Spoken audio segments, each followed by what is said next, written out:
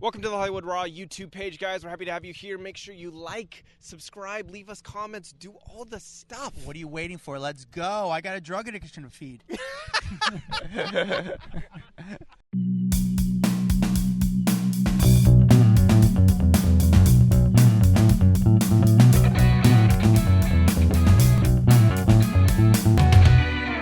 Welcome to the Hollywood Raw Rundown. My name is Adam Glyn, joined by my buddy Dax Holt on the other side of the country. How are you, sir? Dude, I'm doing so good. NSYNC reunited this week. I mean, all the stars have aligned. I know you've been waiting for that moment. Today's the first day I get to really breathe in a week, because the last week has been absolutely insane between the music awards coming to town and Fashion Week. There's just been so much work for me the last week that I've been sleeping. I'm not even bullshitting, probably like 4 hours a night, which to some people might say that's a lot, but for me, that's not a lot. There's just a lot going on, and I have to take advantage of the money because I monetize these interviews, which I do, and because next week's going to slow down with these writer strikes. A lot of people aren't coming to New York, so I've been busting my ass and trying to get the interviews when I can, because I don't know when I'm going to be able to get paid again. So I saw you post in the private Facebook group the picture of you and Matt McConaughey. Nice guy, dude. And then you and Charlize Theron. Nice girl. She was cool. No, she was fine. She was fine. Nothing bad to say about her, but compared to Matthew McConaughey, who was great, talked to me on the street for a while, to the point where people who saw him talking to me were like, "Do you guys know each other? Are you guys friends?" And really nice guy, interesting guy, big guy. Just actually a really cool experience. And it was funny because as I'm talking to him, people start to crowd around like, Matthew. But he was fully engaged talking to me.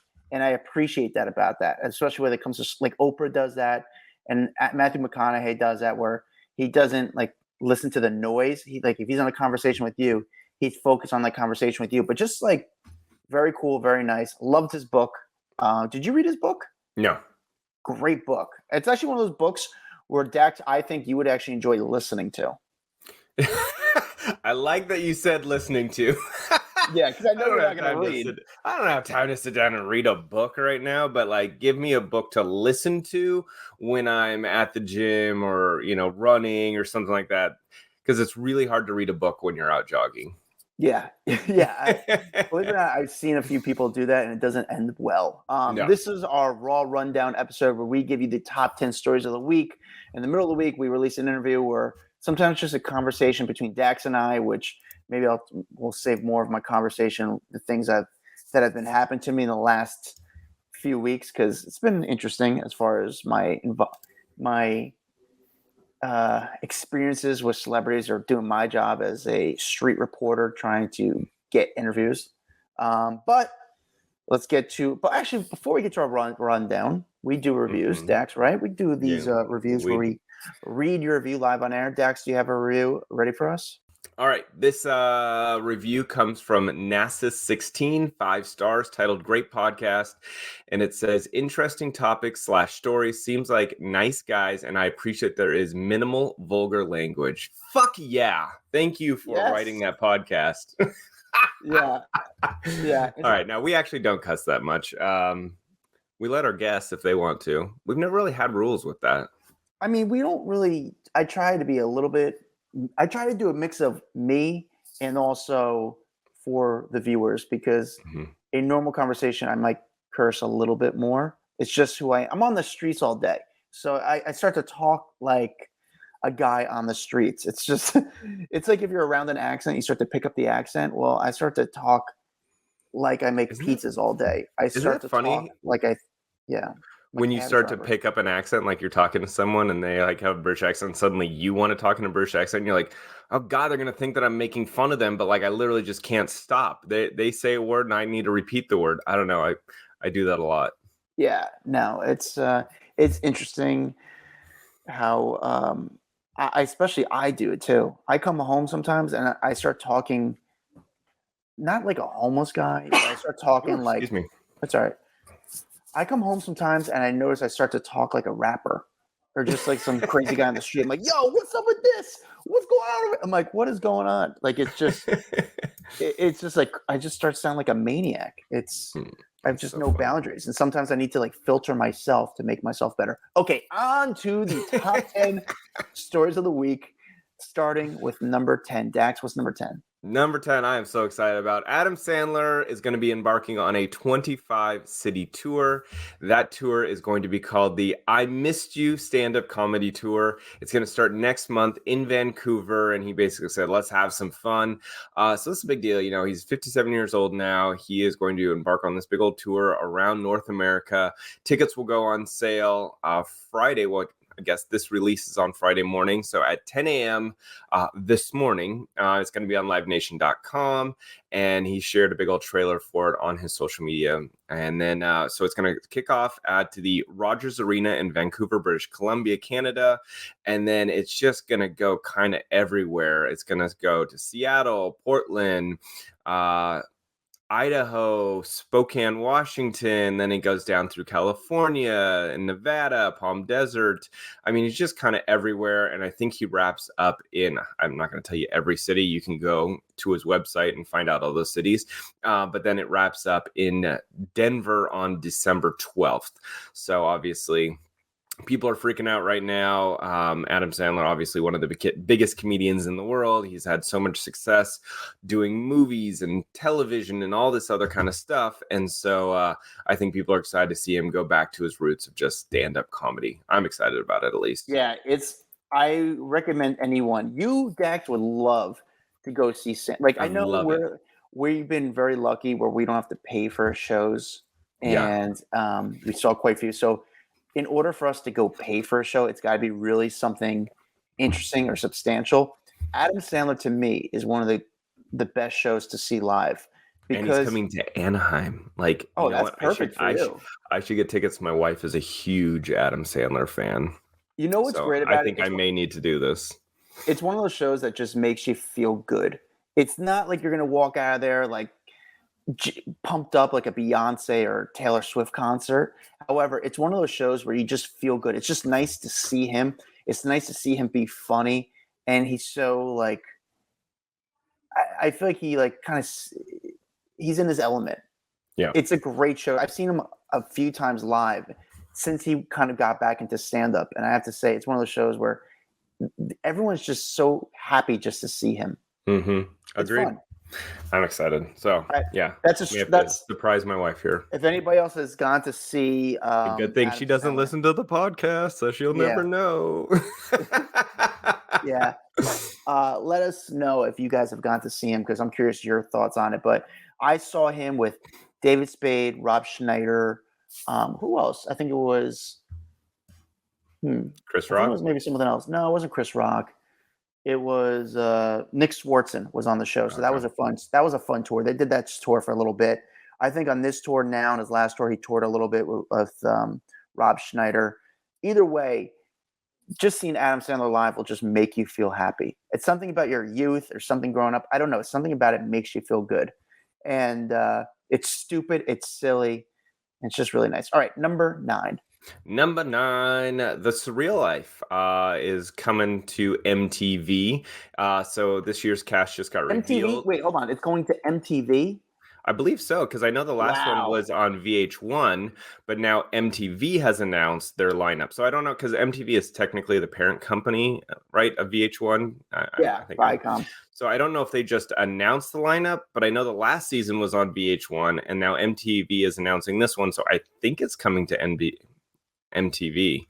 Anyway, so they announced the cast. It's Macy Gray, Kim Zolciak, Chet Hanks, Johnny Weir.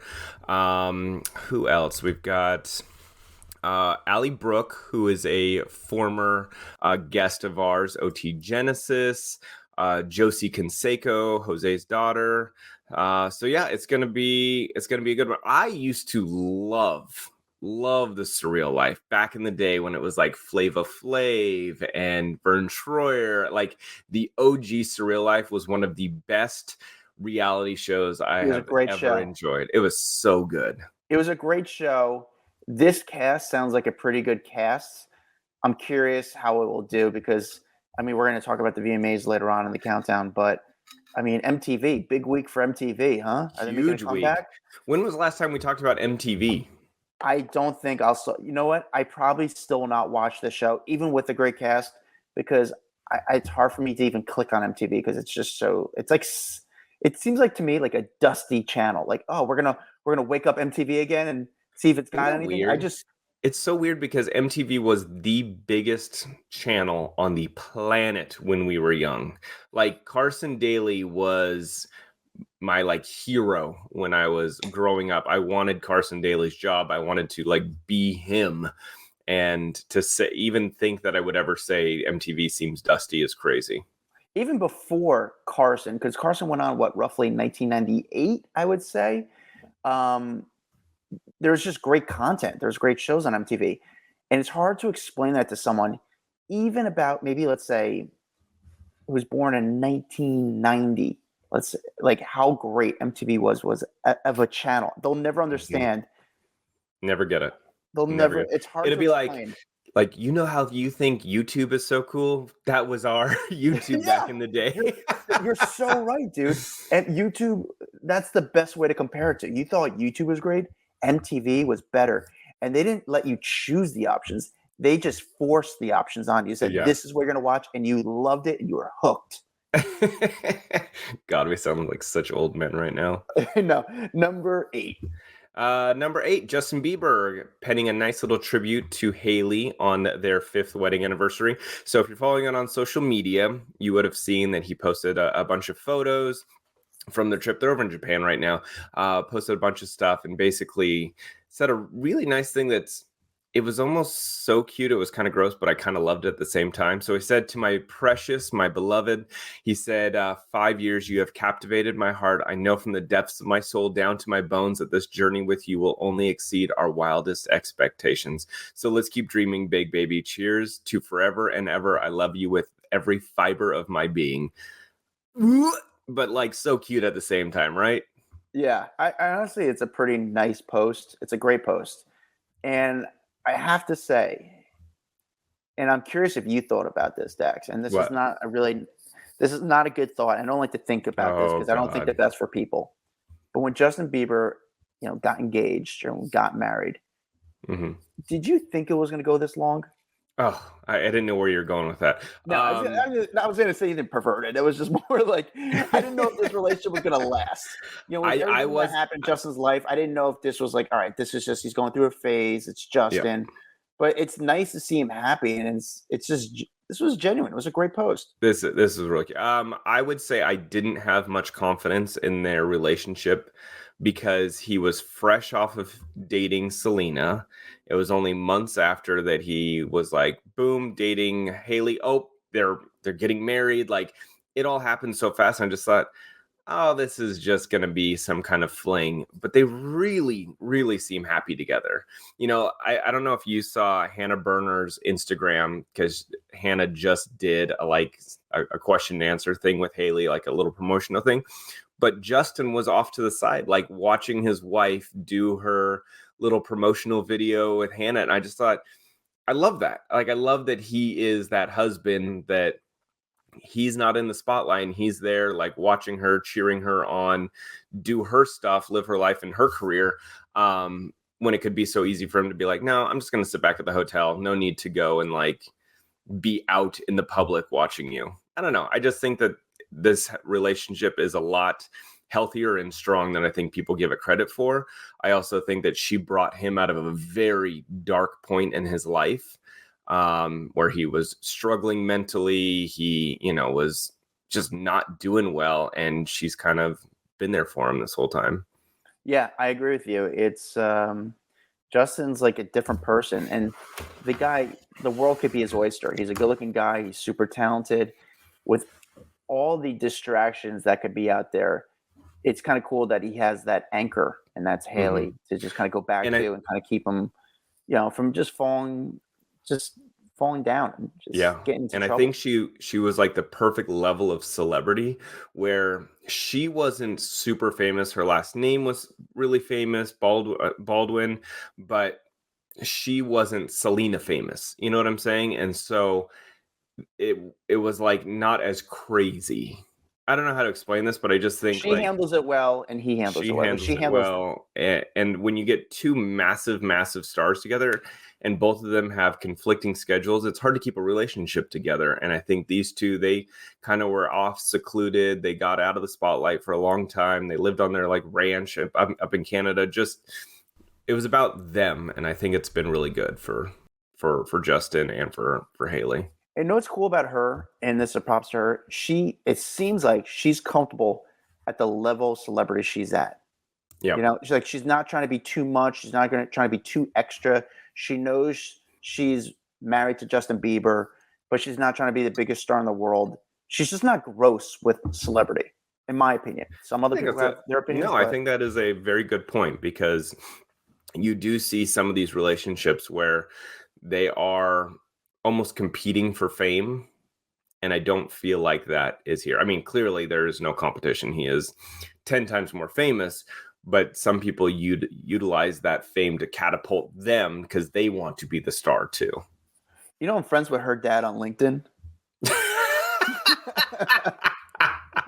I did not expect that. One day I got an ad from her father on LinkedIn. I was like, is this real? Like then he requested you? He requested me. And I was like, oh, this is cool. Like, I mean, I'm not going to go through him to get Haley on the podcast. Like, hey, but I was like, oh, cool. And I thought it was like fake, but no, it was like legit him. I was like, of all things, LinkedIn?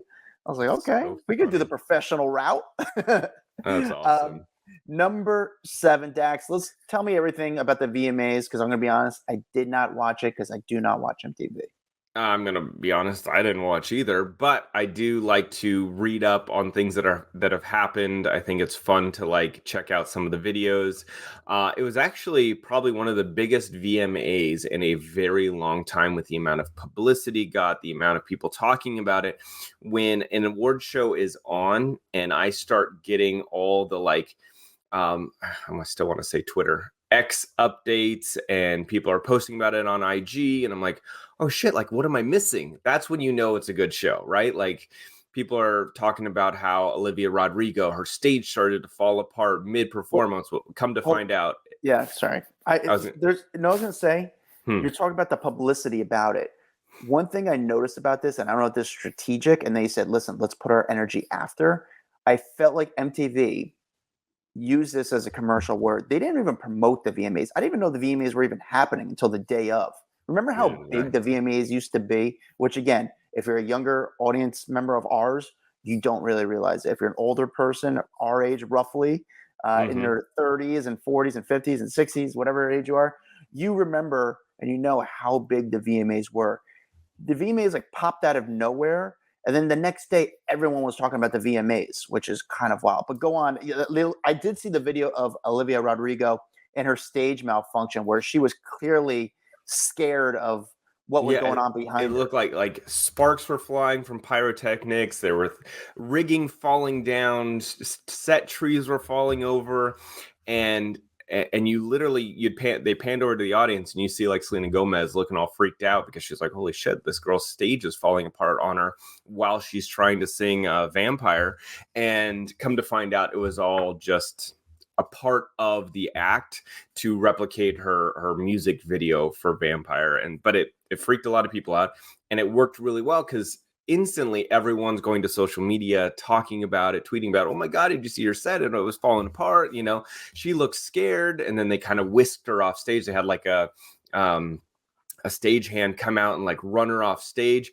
It worked really well. It was a perfect publicity move, I think. And then she ended up starting to sing her next song. But I don't know. I just think that worked. Shakira performed, Doja Cat performed.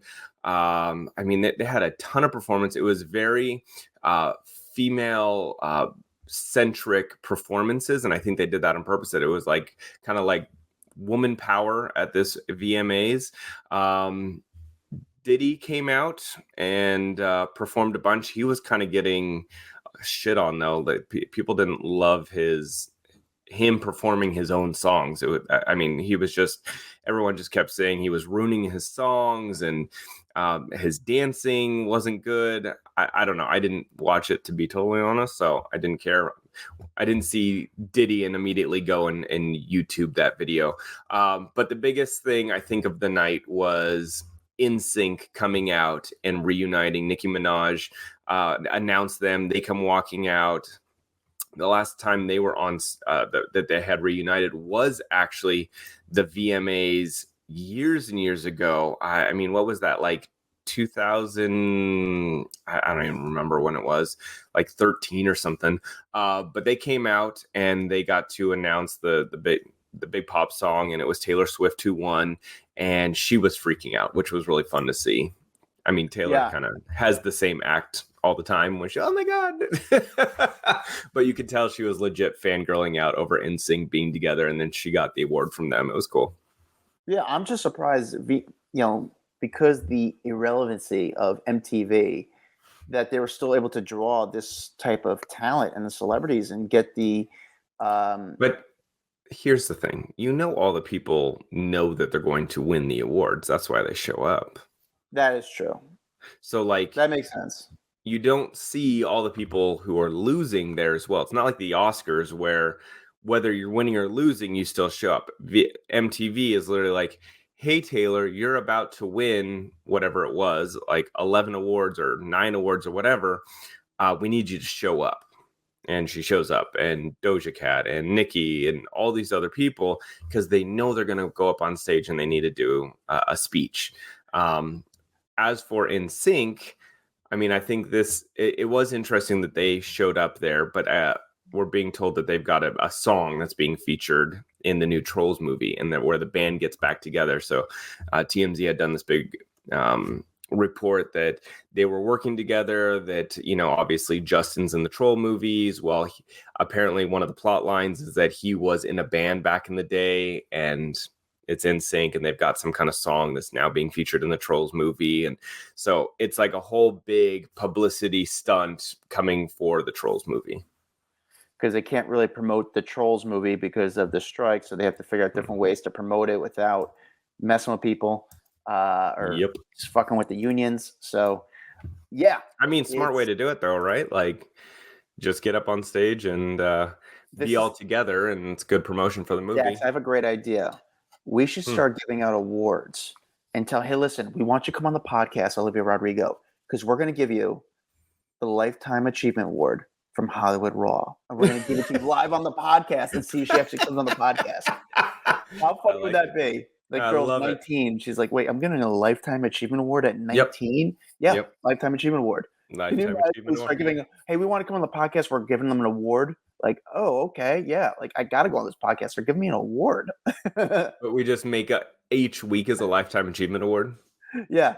Oh, my God. That would be the funniest prank to do these celebrities. And then we come on air like, listen, this award's bullshit. We just wanted to get you on. They're like, oh, okay. Like, yeah. But while you're here. While you're here. But actually, Dax does own the trophy company, so he can send you a plaque if you really want. Oh, that's funny. All right, number 6. Number 6, Kanye West. He is a part of a new lawsuit, which is a crazy lawsuit, which I totally got into here.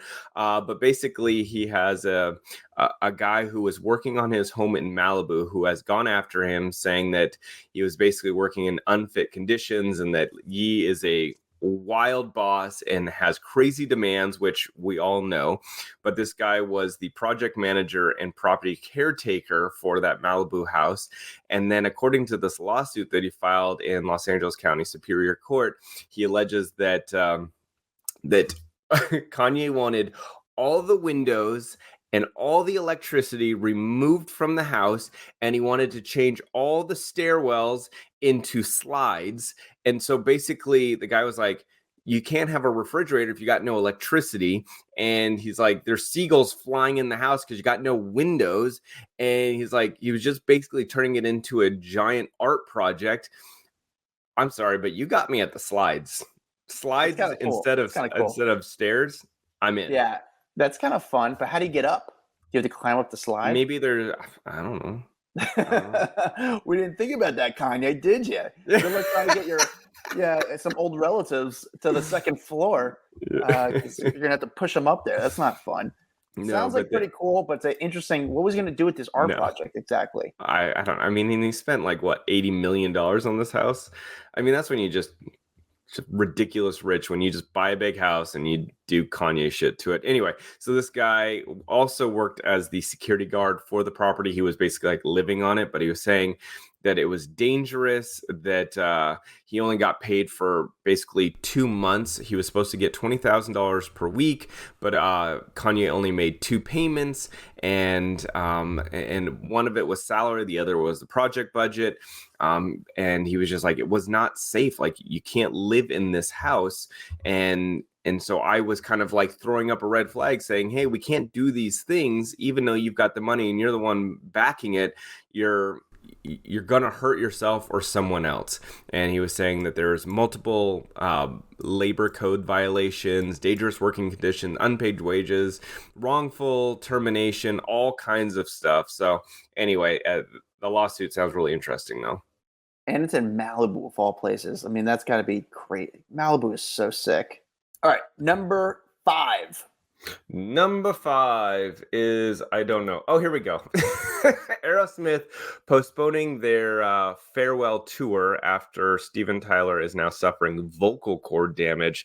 So the band played 3 shows of the Peace Out World Tour on Saturday, and I guess it left his vocal cords like bleeding. And so the doctor basically said to Steven, do not sing anymore. You have to stop. You are going to destroy your voice, and you're going to cause permanent long-term damage. So they are now postponing the remainder of their September concerts. I guess the doctor said at least 30 days minimum. Let yourself recover.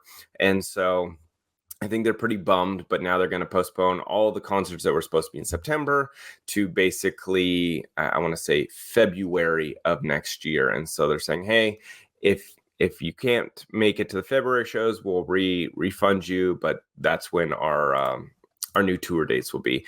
They've had a lot of problems, with Steven over the last few years with his health issues. I remember he went to rehab while they were in Vegas. He had some kind of surgery and got hooked back on painkillers. And, he's been very open about his substance abuse issues over the years. So we need to get help. And I mean, it has been a very rocky road for them performing since, I don't know, the last 2-3 years. Aerosmith is an awesome band, by the way. They're just one of those bands I feel like we take for granted. And I feel like in the last couple of years, I've been trying to take it ever since like Tom Petty passed away. Now that Jimmy Buffett passed away, I'm like, man, not saying that they're anywhere near that kind of plateau, that kind of they're not that level. Trajectory. Yeah, that they're not going to. No, I'm saying that it's not. I don't want to think. It sounds like I think they're going to. Oh, you're trying to kill them off. Yeah, but I'm afraid that they'll eventually just stop performing because it's very physical what they do, and Steven Tyler especially. His voice is iconic, and to keep up those type of, I guess, those chords, those vocal cords, it's got to be a lot of stress on the body. I mean, I've been hearing a lot about Bon Jovi, about how he's really fallen off sounding lately. And actually, by the way, new Rolling Stones song came out. It's really good. What? Yeah. Why have I not heard this? I think it's new. It popped on my social media. I was like, is this a new song? This is like really good. But yeah, Aerosmith, I looked at their schedule because I was actually curious about going to see them and see if I had a hookup. And they're doing a lot of dates. And when you're at that age, I don't think you should be touring at that speed when you should be doing, a show every night. It's tough to do that for any age, especially when you're, Steve Perry and Steven Tyler, Joe Perry's age. Just slow it down a little bit. Slow it down, guys. Chill out, bro. Yes. All right. Moving on to what number next now? We are on number 4. Yeah, number 4. Finally, number 4. This is the one. It's kind of you've been waiting to talk about. Do you know who this guy is? Yeah. Do you know who this guy is? I have no idea who this guy is. Peso Pluma. Yeah, he's a Spanish rapper, I guess, or I don't know. But I was supposed to interview him last week and do a setup shot with him. that he never showed up. The guy never showed up. But yeah, tell us what's going on with this guy. Well, Peso Pluma, who apparently is getting huge right now, he is getting threatened by allegedly the cartel and told, do not play at your concert in Tijuana. Basically, there's been all these banners that have been popping up around the city saying that if you come here, it will be your last show. And so the Mexican government or Tijuanan government is looking into it. They're trying to see, is it real? Is it not? It's supposed to be coming from the cartel. And so I don't know. Would you, and I guess it comes off of like whatever he's singing about is what's pissing off the cartel down there. And allusions to crime and drugs and this kind of stuff. I don't know. I've never heard of this guy, but apparently he's a big deal. And he was at the VMAs, by the way. Yeah. He's very big, but Dax, great publicity. No kidding. You know what? We should probably announce right now the cartel told us we shouldn't be doing the podcast today either. So we may have to cancel. If anyone wants to pick up this story and put it out there, we're more than happy to give quotes. Well, the cartel is not a fan of us, but also, like we've said before, Dax, we said this before for a while, the Taliban's most hated podcast. Yeah. You know? And they hate our podcast. And you know what? We have to live with that. The Taliban's most hated entertainment news podcast. America's favorite, the Taliban's most hated. So anyway, so they're trying to decide whether or not to actually move forward with this concert. I don't think a decision has been made as of right now. They're just going to let them look into it more. But what would you do if the cartel is threatening your life or allegedly threatening your life? Do you go, or do you think that this could be some kind of crazy publicity stunt? I guess he knows the truth. This guy Peso Pluma, he knows the truth, so he might use that towards his advantage and say, you know what, I'm going to do the show and make a stance against the Taliban, against the cartel, or I could also see him saying, dude, I'm not doing that show. Yeah, no thanks. I don't need to get your shit together. Yeah, it's like I don't need to go where I'm not wanted. So, but great promotion. But great hair, by the way, too. Should we talk about his hair? He's got a awesome hair. Bowl cut / mullet right now. It's pretty sick. It's like a bowl cut on the front and a party mullet in the back. Yeah, is Peso Pluma. I'm sure there's some people know who he is. He's very big. He didn't show up when I was supposed to do a setup shot with him last week. We won't judge him because maybe he thought I was cartel. And maybe thought I could hurt him. And little does he know, I'm actually part of a Jewish gang called the Matzah Ballas, and we would fuck that guy up. You're an idiot. I'm so stupid. These jokes are so stupid. All right, number 3, Dex. All right, number 3, more Rachel and Tom Sandoval drama. So he went on social media. She was posting about her birthday, and he went on and wished her a happy birthday and basically said he missed her. And then she ended up blocking him on social media. Oof is right. That hurts. That one, the old social media block. You know, I got blocked by Ashton Kutcher. I was brutal. He blocked me from, yeah. He blocked me a long time ago. What was it? I think it was, remember when he did the like pop chips, like when he was basically punking TMZ? It was right around that time. Like I think I responded or said something to his Twitter page and he blocked me. That's funny. Like, you even know who I am? That's so lame. Right. That it actually got to him. He's like, all right, I'm going to block him. And you should run into him on the street. Like, hey, man, you blocked me on Twitter. What was up with that? Like, I would love to. Please explain yourself. Yeah. And then while you're explaining yourself, explain about the Danny Masterson stuff, too. So anyway, Raquel, what the fuck is her name anymore? I don't even know. She like changed her name. I think it's Raquel. She blocks him, and then he was doing a promo thing or red carpet thing for his new show, the Special Forces World's Toughest Test. And the person asked him and said, so what do you think about Rachel blocking you? And he said, I think she's doing great. I think she's a little thirsty and immature. He said, but is who she is. I still wish her the best. Listen, he's got a new girl. They got to move on. It's life. But I wonder if this is Rachel's team using all this to build up her.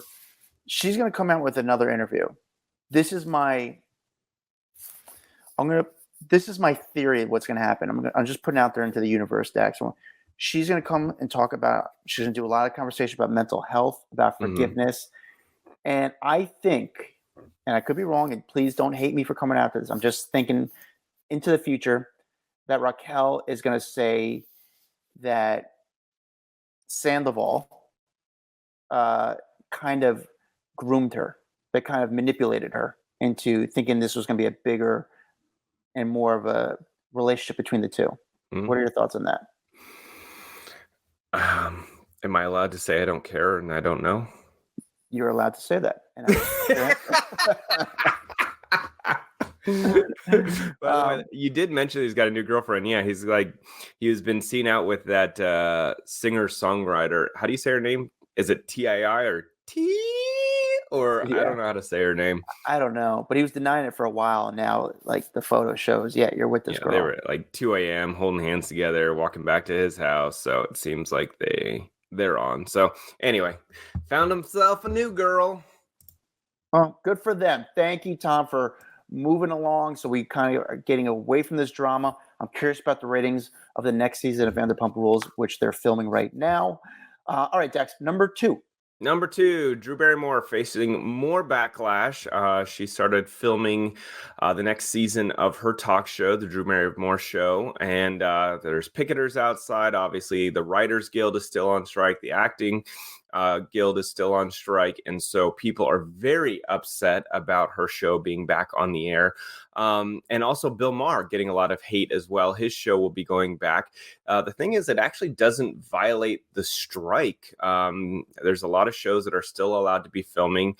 Daily talk shows, news shows, soap operas, game shows, reality shows. There's a lot of shows that it's all good, and they're acknowledging that there will be parts of their show that they will be Xing out because it includes writers. They won't be promoting any big projects per the strike.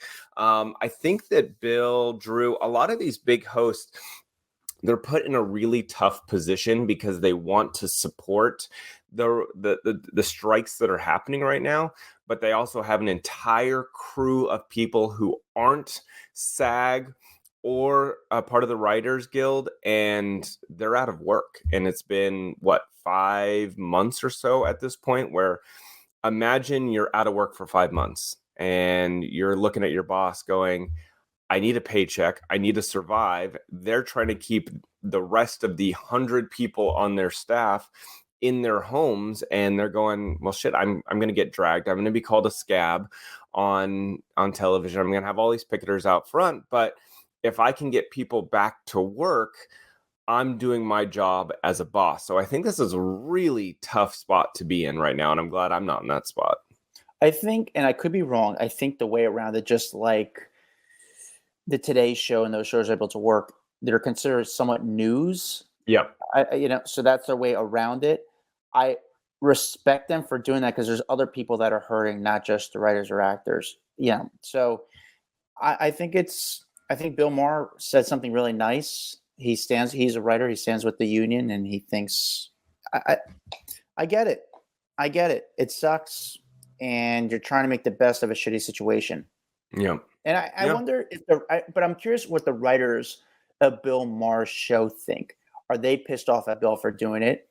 Because he actually says, I'm sure they do, because if you go on, you're essentially saying, I don't need a writer to do my show, right? Like, isn't it kind of counterproductive? But there's a lot of people there that need a job too. And those are, the set workers, the all the other people that work on a show, and that's a lot of people. And again, I sympathize for both sides here. The people that are not striking need a job. The people who are striking need you to be backing them up. So it just, thank God we have no one that depends on us. I don't know. I actually, the way I think about like what's the pros and cons. The pros is you're giving people jobs. Yep. So I think it's actually a nice thing in a way, but I can understand people being upset as well. Yep. All right, let's move on. Weird. All right. Is there a 2.5? Because we had a little bit of. We do have a 2.5. Yes, we have a 2.5. Because we're not really sure how true it is or what. It's more of a rumor, so I hate to like give it too much emphasis, but there's too much gas on this fire. But there's a source kind of saying that Taylor Swift and Travis Kelce are really dating following this like hangout report. If you remember, Travis Kelce, obviously a big deal in the football world. He made a lot of headlines in July for discussing how he like went to her concert and made her a bracelet, but didn't get to talk to her. And he really wanted to give her the bracelet, but she doesn't talk to people before or after her concerts because she saves her voice and all this kind of stuff. And then they ended up apparently meeting up at some point. And now there's more rumors sparking that they are in fact dating, which I'm just not sure if that's real or not. I would be very surprised, but also I would not be surprised. I think Travis Kelce is a little bit kind of rough around the edges, and I think it's kind of good for her. I think it's as a long term, it's not going to work out. Short term, it's good for the brand. Yeah. Yep. And but the Chiefs lost last week, so is it that great? If the Chiefs won, if they're the best team in the football, yeah, it'd be great for her brand. They're still the reigning champs, though. And Travis Kelce, he's a big deal. So, he was one of the top draft picks for fantasy football. I'll tell you that much. A lot of people grabbing him. Shitty game last week. All tight ends did, if you want to get specific. But yeah, we don't know if it's true. A lot of rumors are flowing out there. If it is true, great score for Travis.